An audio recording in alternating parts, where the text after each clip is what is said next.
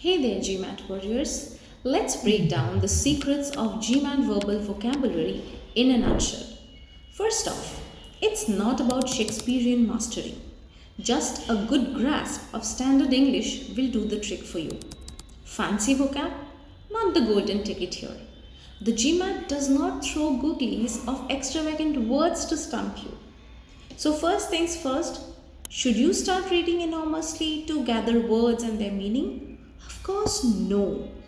Instead of cramping a dictionary, start focusing on contextual understanding to decipher ideas within a statement. For example, take the word criticize and critique. How do I put them in a statement? She criticizes the recently released movie versus she critiqued the recently released movie. Now, in these two statements, when I say she criticizes, this has got a negative tone to it, which means the word criticize is actually trying to show that she is trying to find out faults within the movie. But when I say she critiques, she's simply trying to analyze or give a review of the movie. So you get the contextual difference between the two? Yes? This is what you need to do as well. And finally, here's one gem for you.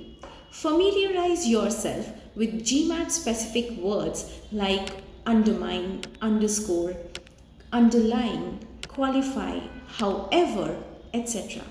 Now these words are specifically seen in RC passages and also in CR passages, and also they do show up in answer choices. Having a good understanding of their contextual meaning and their tone will help you to get down through your right answers very soon.